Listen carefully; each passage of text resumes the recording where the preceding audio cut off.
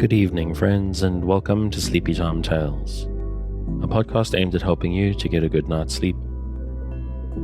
This is a podcast where I read old books, sometimes fiction, sometimes non-fiction, in the most boring way I can to try and help you slow your spinning mind, enough for you to fall asleep in the most natural way possible. The stresses of life often follow us to bed and keep us company, but I'm here to distract you from them and help you drift away. Before you do fall asleep, if you do find Sleepy Time Tales helpful, and you would like to support me to keep it going out to you and thousands of your fellow insomniacs, please consider supporting on the Patreon at patreon.com/sleepytimetales. Incidentally, there is also a 7-day free trial on that, so if you want to sign up to check out to see what you're getting, feel free to do so. If monthly is a bit much, you can also put a tip in the tip jar, and both of these are linked in the show notes. Or you can support Sleepy Time Tales by simply spreading the word. If you know someone struggling to sleep, just tell them about it and where to find it. But to get back to the bedtime story, you are going to fall asleep learning more than you ever dreamed possible about some great Italian painters of history. So snuggle down, close your eyes, breathe deeply and listen closely as I lead you down the path to sleep. A History of Art for Beginners and Students, Painting, Sculpture, Architecture by Clara Erskine Clement Waters. In 1548, Charles V summoned Titian to Augsburg, and while there made him a count, and gave him a yearly pension of 200 gold ducats. The emperor was very fond of Titian and spent a good deal of time with him. On one occasion, the painter dropped his brush. The emperor picked it up and returned it to him. The etiquette of courts forbade anyone to receive such a service from the sovereign, and Titian was much embarrassed when Charles said, "Titian is worthy to be served by Caesar," this being one of the great ruler's titles. Charles continued his favors to Titian through his life, and when he resigned his crown and retired to the monastery of Mysti, he took 9 pictures of this master into his solitude. One of these, a portrait of the Empress Isabella, was so hung that the emperor gazed upon it when dying. This is now in the museum at Madrid, where are also many fine works by Titian, for Philip II was his patron as his father had been. When 85 years old, he finished his wonderful picture of the martyrdom of St. Lawrence for the Church of Jesuits in Venice, and his old age was one of strength and mental clearness. Though he had seen great prosperity and received many honors, he had not escaped sorrow. After the death of his wife, his sister also, who was very dear to him, had kept his house. She too sickened and died. His son Pomponio was a worthless fellow and caused him much grief. Lavinia had married, and the old man was left with Orazio alone, who was a dutiful son. He also was an artist, but painted so frequently on the same canvas with his father that his works cannot be spoken of separately. At length Titian's work began to show his years, and someone told him that his Annunciation did not resemble his usual pictures. He was very angry, and seizing a pencil wrote upon it, "Titianus fecit fecit," meaning to say by this, "Truly Titian did this." When he was 96 years old, he was visited by Henry III of France, attended by a train of princes and nobles. The aged painter appeared with such grace and dignity as to excite the admiration of all. And when the king asked the price of some pictures, Titian presented them to him as one sovereign might make a gift to another who was his equal, and no more. In 1576 the plague broke out in Venice, and both Titian and Orazio fell victims to it. Naturally, the man of 98 years could not recover, and though Orazio was borne off to the hospital and cared for as well as possible, he also died. After Titian was left alone, robbers entered his house while he still lived, and carried away jewels, money, and pictures. He died August 27th, and all Venice mourned for him. There was a law that no person who died of the plague in Venice should be buried within the city, but Titian was so much honored and beloved that the exception was made, and he was buried in the church of Santa Maria Gloriosa de' Frari, or as it is usually called, the Frari. He had painted a great picture of the Assumption for this church, which has since been removed to the Academy of Venice. But another work of his, called the Pizarro altarpiece, still remains near his grave. His burial place is marked by a simple tablet inscribed thus: "Here lies the great Tiziano de Vercelli, rival of Zeuxis and Apelles." A little more than 2 centuries after his death, the citizens of Venice determined to erect a monument to Titian, and Canova made a design for it. But political troubles interfered and prevented the execution of the plan. In 1852, the Emperor of Austria, Ferdinand I, placed a costly monument near his grave. It consists of a Corinthian canopy beneath which is a sitting statue of the painter, while several other allegorical figures are added to increase its magnificence. This monument was dedicated with imposing ceremonies, and it is curious to note that not far away from it, the sculptor Canova is buried, and his own monument is made from the design which he made for that of Titian. Some writers consider the entombment of Christ in the Manfrini Palace as the greatest work of Titian. At all events, it is the best existing representation of this subject, and is a picture which has had great effect upon art. Its chief feature is the general expression of sorrow which pervades the whole work.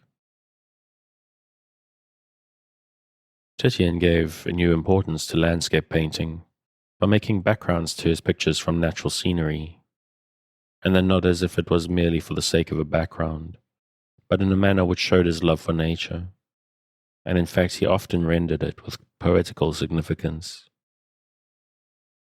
The works of Titian are very seldom sold. One subject which he oftentimes repeated was that of Danae, with a shower of gold falling about her. One of these was purchased by the Emperor of Russia for 600,000 francs. One of the most important of his religious pieces was that of St. Peter Martyr. This was burned in the church of St. Giovanni e Paolo in Venice in 1868. An excellent copy of it had been for a long time in the Museum of Florence, and this was presented to the Venetians in order to repair their loss as far as possible. Victor Amadeus of Sardinia presented 9 pictures by Titian to the Duke of Marlborough, and these were all destroyed in 1861 when the Chateau of Blenheim was burned. Kugler says, in the multifariousness of his powers, Titian takes precedence of all the other painters of his school. Indeed, there is scarcely a line of art which in his long and very active life he did not enrich. His last work was not quite completed by himself, and is now in the Academy of Venice. It is a Pieta, and although the hand of 98 years guided the brush uncertainly, yet it has the wonderful light this master threw around his figures, and the whole is conceived with his accustomed animation. The pupils and followers of Titian were too numerous to be spoken of one by one, and none of them were so great as to require their mention in detail here. Yet they were so good that while the other schools of Italy were decreasing in importance during the 16th century, that of Venice was flourishing, and some great masters still existed there. Among these was Jacopo Robusti, 1512 to 1594, who was called and is best known as Tintoretto, which name was given to him because his father was a dyer. He studied under Titian for a time, and then he attempted to follow Michelangelo, and it is said that his motto was, "The coloring of Titian, the drawing of Michelangelo." His best pictures are slightly treated, and others are coarse and unfinished in the manner of painting. His portraits seem to be his best works, probably because they are more carefully finished. Several of his works are simply enormous, One is 74 by 30 feet. The School of St. Roche has 57 large pictures by him, in many of which the figures are of life size. His two most famous works are the Miracle of St. Mark in the Academy of Venice, and the Crucifixion in the School of St. Roche. The last is, for every reason, his best work. There are crowds of people in it, on foot and on horseback, while their faces show every possible kind of expression, and their movements are infinitely varied. The immense painting mentioned above is in the Doge's Palace, and is called Paradise. His daughter Marietta Robusti, 1560 to 1590, was a pupil of her father's, and became so good a portrait painter that she was invited to the court of Spain by Philip II. But her father could not consent to a separation from her. Some excellent pictures of her still exist, and her portraits of Marco de Vescovi and the antiquarian Strada were celebrated pictures. When the Emperor Maximilian and the Archduke Ferdinand each in turn desired her presence at their courts, her father hastened to marry her to Mario Augusti, a wealthy German jeweler, upon the condition that she should remain in her father's house. She was celebrated for her beauty, had fine musical talents, and was sprightly and enthusiastic. Her father was so fond of having her with him that he sometimes allowed her to dress as a boy and go with him to study where young girls were not admitted. When but 30 years old, Marietta Robusti died. She was buried in the church of Santa Maria dell'Orto, where there are several works by her father. Both he and her husband mourned her for all their remaining days. Many pictures of Tintoretto painting his daughter's portrait after her death have been made by later artists. Paoli Caligari, or Cagliari, called Paul Veronese, 1528 to 1588, was born at Verona. But as he lived mostly at Venice, he belongs to the school of that city. He was an imitator of Titian, whom he did not equal. Still, he was a fine painter. His excellences were in his harmonious color, his good arrangement of his figures in the foreground, and his fine architectural backgrounds. He tried to make his works magnificent, and to do this he painted festive scenes, with many figures in splendid costumes. He is buried in the church of St. Sebastian, where there are many of his works. In the gallery of the Louvre is his Marriage at Cana. It is 30 by 20 feet in size, and many of its figures are portraits. His pictures are numerous and are seen in the European galleries. The family of Darius in the National Gallery, London, cost that institution the enormous sum of £13,650.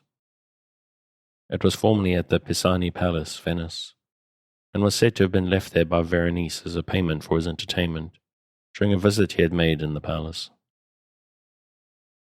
In 1868, at the Demidov sale, a portrait of his daughter sold for £2,524. At the close of the 16th century, a family of a father and 4 sons were busy painting what might rightfully be termed the earliest genre pictures of Italy. The term is used to denote pictures that stand between historical and utterly imaginary subjects. That is to say, the representation of something that seems real to us, because it is so familiar to our imagination, or because it is something that we know might have happened, that it has all the naturalness of an actual reproduction of a fact. There may be interior or landscape genre pictures. The first represent familiar indoor scenes. The latter are landscapes with animals or figures to give a life element and to tell a story. The name of the family of which I speak was De Ponte, but it was called Bassano, from the birthplace of Jacopo de Ponte Bassano, 1510 to 1592, the father who was the most important of the family. He studied in Venice but returned to his native town. His portraits are fine. Among them are those of the Doge of Venice, Ariosto, and Tasso. His works are very numerous and are seen in all galleries. He introduced landscapes and animals into most of his pictures, sometimes with great impropriety.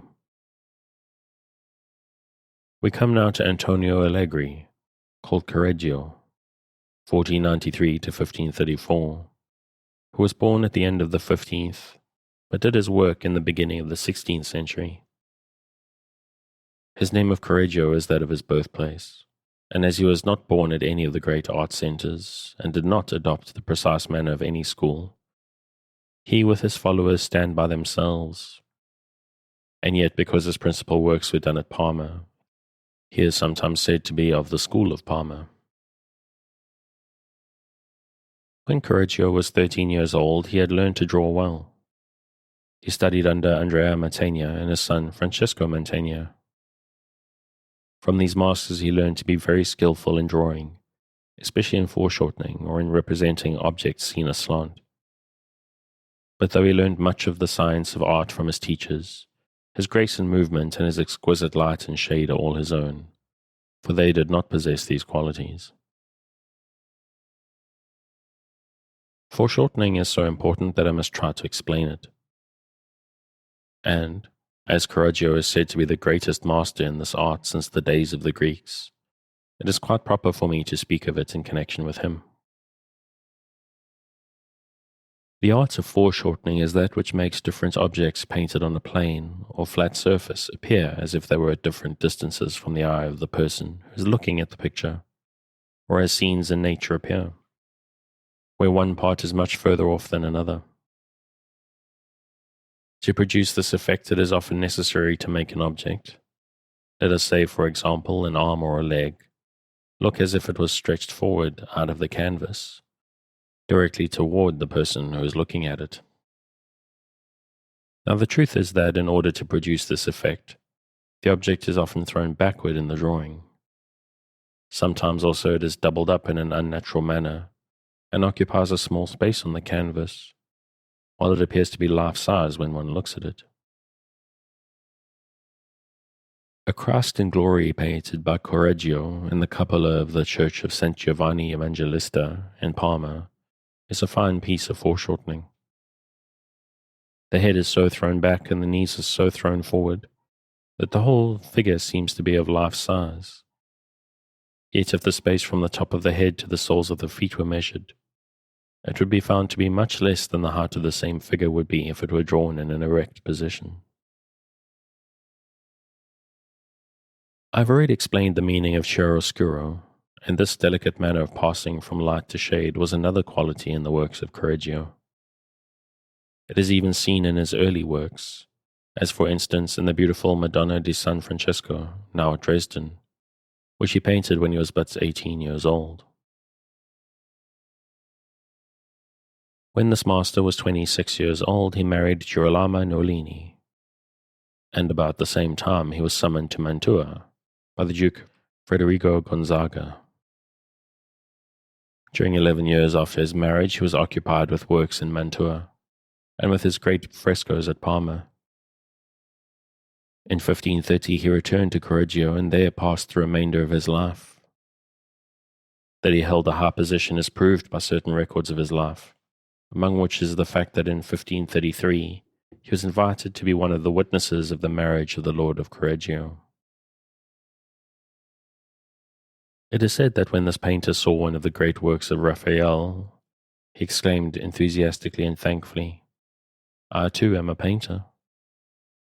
And no doubt he then felt himself moved to attempt such works as should make his name known to all the world through future centuries. When Titian saw Correggio's frescoes at Parma, he said, "Were I not Titian, I should wish to be Correggio." Annibale Carracci, also a great artist, said of Correggio more than 100 years after his death, "He was the only painter," and declared that the children he painted seemed to breathe and smile with such grace that one was forced to smile and be happy with them. In 1534, Correggio died of a fever and was buried in his family tomb in the Franciscan convent of his native city. His grave is simply marked with his name and the date of his death.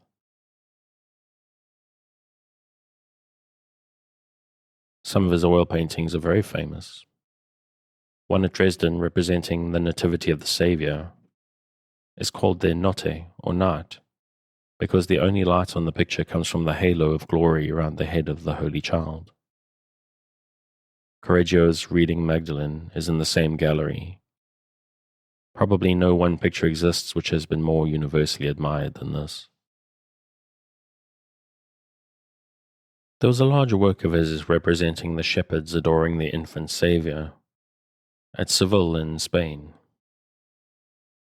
During the Peninsular War, 1808 to 1814, the people of that city sent many valuable things to Cadiz for safety, and this picture, on account of its size, was cut in two.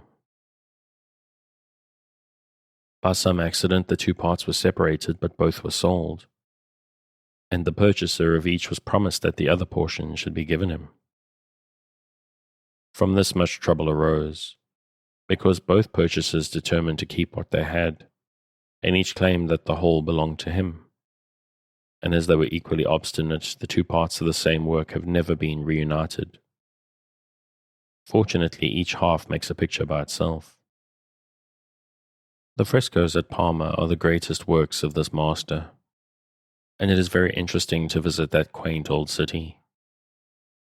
His works are in the cathedral, the Church of St. John the Evangelist, and in the parlor of the convent of the Benedictine nuns.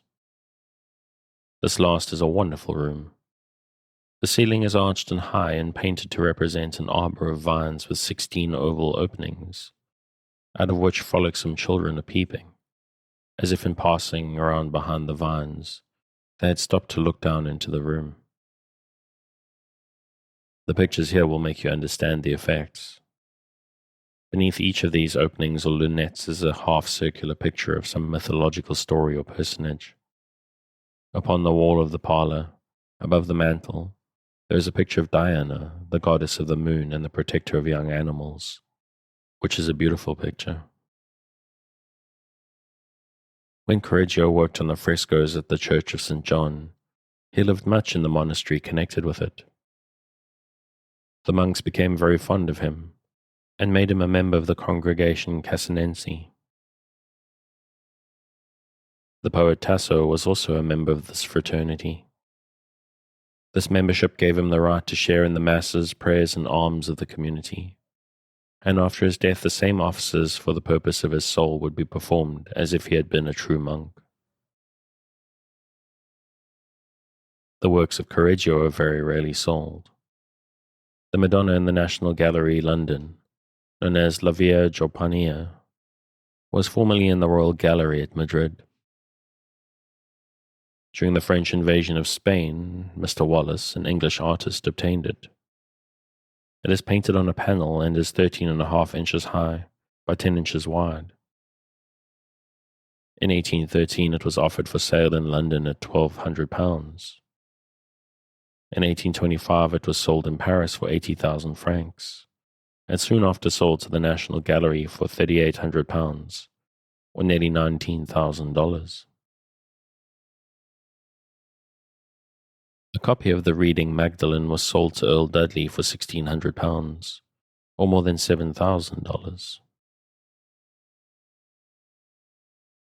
Correggio had but few pupils, but he had many imitators.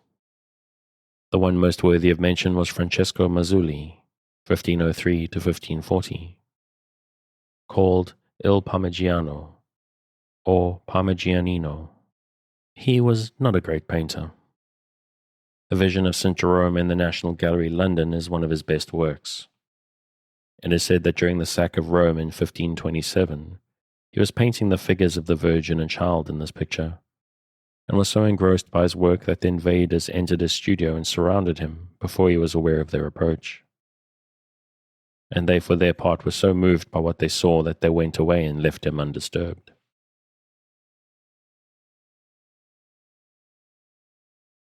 Art writers often use the term early masters. This denotes Michelangelo, Raphael, and other men so great that they were very prominent in the history of art and were imitated by so many followers that they had an unusual effect upon the world. Titian may be called the last of these great masters of the early school, and his life was so long that he lived to see a great decline in art. The painters of the close of the 16th century are called Mannerists, which means that they adopted or imitated the manner or style of some great master who had preceded them. And this was done in so cold and spiritless a way that it may be said that the true artistic inspiration was dead in Italy.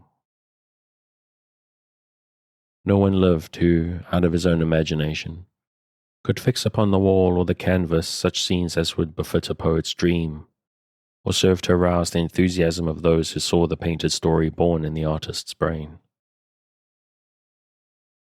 About 1600, the beginning of the 17th century, there arose a new movement in Italian art, which resulted in forming two schools between which there came to be much bitterness of feeling, and even deadly hatred. On the one side there were those who wished to continue the study and imitation of the works of the old masters, but with this they united a study of nature. These men were called eclectics because they elected, or chose certain parts of different systems of painting, and from these formed a new manner of their own. Opposed to the eclectics were the naturalists, who insisted that nature only should be studied, and that everything should be represented in the most realistic way, and made to appear in the picture exactly as it did in reality, not being beautified or adorned by any play of fancy or imagination. The chief school of the eclectics, of whom I will first speak, was at Bologna, and is known also as the School of the Carracci, because Ludovico Carracci, 1555 to 1619, was at the head of a large academy there, and was assisted by his nephews Agostino Carracci, 1558 to 1601, and Annibale Carracci, 1560 to 1609, the latter being the greatest artist of the three. The lives of the Carracci are not of such interest as to require an account of them here. Neither are their works so interesting that we may not leave these artists by saying that they have great consideration as the heads of the eclectic academy, and for the work they did in it at an important era in the history of Italian art. But the fruits of their work are shown in that of their scholars rather than in their own paintings, and in this view their influence can scarcely be overvalued. The greatest of their scholars was Domenico Zampieri, 1581 to 1641, called Domenichino, who was born at Bologna and was instructed by Denis Calvert, who forbade his drawing after the works of Annibale Carracci. Domenico disobeyed this command, and was so severely treated by Calvert that he persuaded his father to take him from that master, and place him in the school of the Carracci. When he entered the academy, he was so dull that his fellow pupils nicknamed him the Ox. But Annibale Carracci said, "Take care. This ox will surpass you all by and by, and will be an honor to his art." Domenichino soon began to win many prizes in the school, and left it well trained and prepared for a brilliant career. He gave much thought to his art, shunned private society, and if he went out at all, he frequented public places where large number of people were gathered, thus affording him an opportunity to study their varying expressions. He also tried to feel in himself the emotions of the person he was painting. For instance, it is said that when he was painting the Scourging of St. Andrew, he threw himself into a passion and used threatening gestures and high words. In the midst of this, his master, Annibale Carracci, surprised him, and was so impressed with his method that he threw his arms about his pupil's neck, exclaiming, "Today, my Domenichino, thou art teaching me." The most celebrated work by Domenichino is the Communion of St. Jerome in the Vatican. It is universally considered the second picture in Rome. the Transfiguration by Raphael being the only one that is placed before it. The scene it represents is just before the death of the saint, when he was borne into the chapel to receive the sacrament of the communion for the last time. Domenichino was made very unhappy in Rome on account of the jealousy of other artists, and he returned to Bologna. However, his fame had reached the court at Naples, and the viceroy of that city invited the artist to decorate the chapel of St. Januarius. There was in Naples at that time an association of artists who had determined that no strange artist should be allowed to do work of any account in their city. As soon as Domenichino began his work, therefore, he received letters threatening his life. His colors were spoiled by having ruinous chemicals mixed with them. His sketches were stolen from his studio, and all sorts of insults and indignities were heaped upon him. After a time, the painter was so disheartened that he fled to Rome, but the viceroy sent for him and took every precaution possible to protect him and enable him to work in peace. But just as all seemed to be going well, he sickened and died, and it has always been said that he was poisoned. Be this as it may, there is no doubt that the fear, vexation, and anxiety of his life caused his death, and on this account his tormentors were his murderers. The works of Domenichino are not numerous, and are not seen in as many galleries as those of some Italian painters. But there are a considerable number scattered over Europe, and very beautiful ones in several galleries in Rome. The next painter of importance in the eclectic school was Guido Reni, 1575 to 1642, born at Bologna and the son of a professor of music. His father intended that Guido also should be a musician, and the poor boy was much persecuted on account of his love for drawing. But after many struggles, the boy came to the Carracci school, and was soon a favorite pupil there. When still young, he listened with great attention to a lecture from Annibale, in which he laid down the rules which should govern a true painter. Guido resolved to follow these rules closely, and soon he painted so well that he was accused of trying to establish a new system of painting. At last, Ludovico Carracci turned against him and dismissed him from his school. The young artist went to Rome, but his persecutions did not cease, and it seemed to be his fate to excite the jealousy of other painters. Now, when so much time has elapsed, we know that Guido was not a very great master, and had he painted in the days of Michelangelo, he would not have been thought so. But art had lowered its standard, and Guido's works were suited to the taste of his time. He had a high conception of beauty, and he tried to reach it in his pictures. In the course of his career, Guido really painted in three styles. His earliest pictures are the strongest. Those of his middle period are weaker, because he seemed only to strive to represent grace and sweetness. His latest pictures are careless and unequal in execution, for he grew indifferent to fame, and became so fond of gaming that he only painted in order to get money to spend in this sinful folly. His masterpiece in Rome was the Aurora, on a ceiling of the Rospigliosi Palace. It represents the goddess of the dawn as floating before the chariot of Apollo, or Phoebus, the god of the sun. She scatters flowers upon the earth. He holds the reins over 4 piebald and white horses, while Cupid with his lighted torch floats just above them. Around the chariot dance 7 graceful female figures which represent the hours, or Hore. I have been asked why 7 was the number. The ancients had no fixed number for the hours.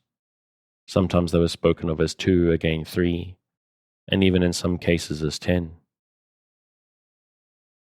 It has always seemed to me that 10 was the number chosen by Guido, for in that case there would naturally be 3 out of sight, on the side of the chariot which is not seen. The portrait of Beatrice Cenci is another very celebrated picture by Guido. It is in the gallery of the Barberini Palace in Rome. The interest in the portrait of this unhappy girl is worldwide. She was the daughter of a wealthy Roman noble, who after the death of her mother married a second time, and treated the children of his first marriage in a brutal way. It is even said that he hired assassins to murder 2 of his sons on their return from a journey to Spain. The story also relates that his cruelty to Beatrice was such that, with the aid of his stepmother and her brother, she killed him. At all events, these 3 were accused of this crime, and were executed for it in 1599. Other accounts say that he was murdered by robbers, and his wife and children were made to appear as if guilty. Clement VII was the Pope at that time, and in spite of his knowledge of the cruelty of the father, he would not pardon them, though mercy was implored of him for this lovely girl. The reason given for this action of the Pope's is that he wished to confiscate the Cenci estates, which he could do if the family suffered the death penalty.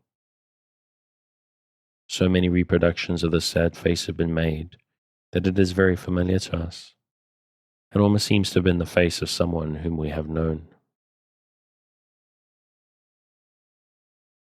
Guido did not paint his St. Michael for the Cappuccini in Rome until after he returned to his native city. When he sent the picture to the monks, he wrote, "I wish I had the wings of an angel to have ascended into paradise, and there to have beholden the forms of these beatified spirits, from which I might have copied my archangel. But not being able to mount so high, it is in vain for me to search for his resemblance here below, so that I was forced to make the introspection into my own mind, and into that idea of beauty which I formed in my own imagination." We are told that he always tried to paint his ideal of beauty, rather than to reproduce any human beauty that he had seen. He would pose his color grinder and draw its outlines from him, and then fill in with his own conceptions of what the head he was painting should be. This accounts for the sameness in his heads and faces. His passion for gaming degraded the close of his life. It led him into great distresses, and for the sake of money he painted many pictures which are not worthy of his name. He had always received generous prices for his pictures, but he left many debts as a blot upon his memory. His works are seen in the galleries of Europe and are always admired for their feeling, beauty, and grace. Francesco Albani, 1578 to 1660, born at Bologna, was another scholar of the Carracci school and a friend of Guido Reni. There are many works of his in Rome. His pictures of landscapes with figures were his best works, and beauty was his characteristic. His own home and all the advantages for painting such works as he best succeeded in, such as Venus and the Loves, maids and boys, children and cupids in unending variety. His villa was surrounded by charming views. His wife was very handsome, and they had 12 lovely children. So lovely, it is said, that other artists besides himself made use of them for models. There were several other eclectics of some importance of whom we shall not speak, but we shall leave them with an account of Elisabetta Serrani, 1640 to 1665, who was also born at Bologna, and is worthy of attention on account of her talents, while the story of her life adds another interest than that which she has as an artist. She was an imitator of the attractive manner of Guido Reni. The heads of her Madonnas and Magdalens are charming, and indeed, all her work speaks of the innate refinement of her nature. Her industry was marvelous, since she made 150 pictures and etchings in a period of about 10 years. Much has been said of the rapidity with which she worked, and one story relates that on a certain day the Duchess of Brunswick, the Duchess of Mirandola, and the Duke Cosimo de' Medici, with other persons, met in her studio, and she sketched and shaded drawings of subjects which they named for her, with a skill and celerity which astonished and delighted her guests. Her masterpiece is a picture of St. Anthony adoring the Virgin and Child, which is in the Pinacoteca of Bologna. The pictures by her in the Belvedere and Liechtenstein galleries at Vienna, in the Hermitage at St. Petersburg, and in the Sciarra Palace, Rome. In person, Elisabetta Serrani was beautiful, and her character commanded the affection of all who knew her. She was a sweet singer, and her biographers increased her virtues by praising her taste in dress, and even her moderation in eating. She was skillful in domestic affairs and was in the habit of rising early to perform her share in the household duties, never allowing her art to displace any occupation which properly made a part of her life. Her name has come down through more than 2 centuries as one whose devoted filial affection, feminine grace, and artless benignity of manner added a luster to her great talents, and completed a personality which her friends regarded as an ideal of perfection. She died very suddenly, and the cause of her death has never been known, but the theory that she was poisoned has been generally accepted. Several reasons for the crime have been given. One is that she was the victim of jealous artists, as Domenichino had been, that a princely lover whom she had scorned thus revenged himself. A servant girl in her family was suspected of the crime, tried and banished. But after a time she was recalled to Bologna at the request of the father of Elisabetta, for he saw no proof of the girl's guilt. Thus the mystery was never solved, but the whole city of Bologna was saddened by her death. The day of her burial was one of public mourning. Her funeral was attended with great pomp, and she was buried beside Guido Reni in the splendid church of the Dominicans. Poems and orations in her praise were numerous, and a book was published called Il Pennello Lacrimate, which contained these with odes, anagrams, and epitaphs, in both Latin and Italian, all setting forth her charms and virtues. Her portrait in the Ercolani Gallery at Bologna represents her when occupied in painting her father's portrait. According to this picture, she had a tall, elegant figure and a very pretty face.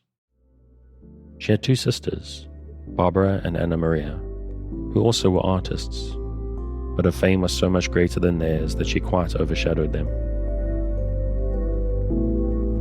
And on that sad note, before we get to the work of the rival school of the naturalists, I'm going to call it there. You can, as always, find the original on Project Gutenberg at the link in the show notes.